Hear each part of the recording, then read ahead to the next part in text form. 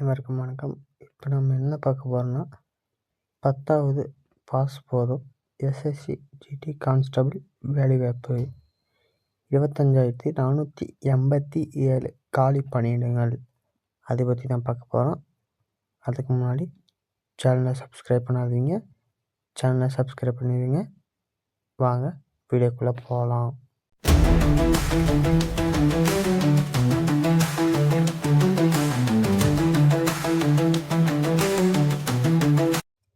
First என்ன பார்க்கலான்னா SSC GD constable ஆள் சேர்ப்பு 2025 பணிக்கு பின்வரும் பணியிடங்களுக்கு விண்ணப்பங்களை வரவேற்கப்படுகின்றன அப்படின்னு சொல்கிறாங்க.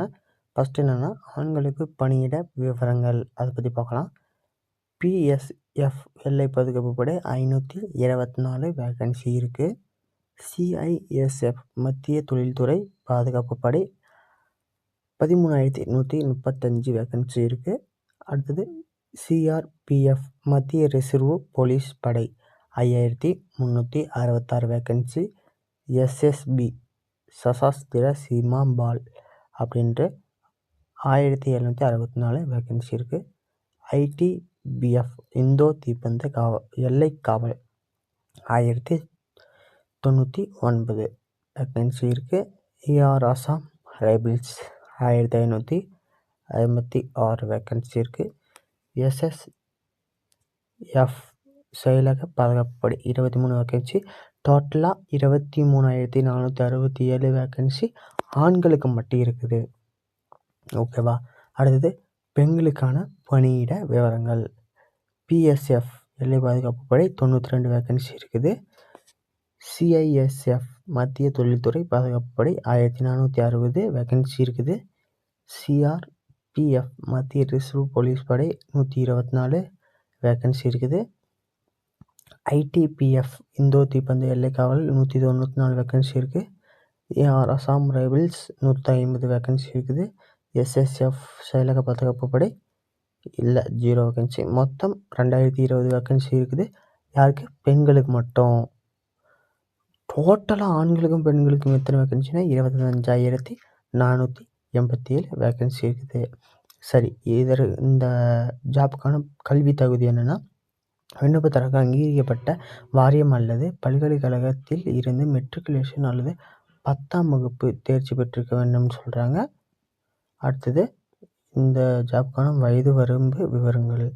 எஸ்எஸ்சி ஜிடி கான்ஸ்டபிள் வேலைவாய்ப்பு 2025க்கு விண்ணப்பிக்க விண்ணப்பதாரர்கள் 18 முதல் 23 வயது உட்பட்டவராக இருக்க வேண்டும். அதாவது 2/1/2003 முதல் 1/1/2008 வரை பிரிந்திருக்க வேண்டும். வயது வரம்பு கணக்கீடு நாள் பொதுவாக 1/1/2024 தான் கணக்கிடப்படும் அப்படின்னு சொல்கிறாங்க.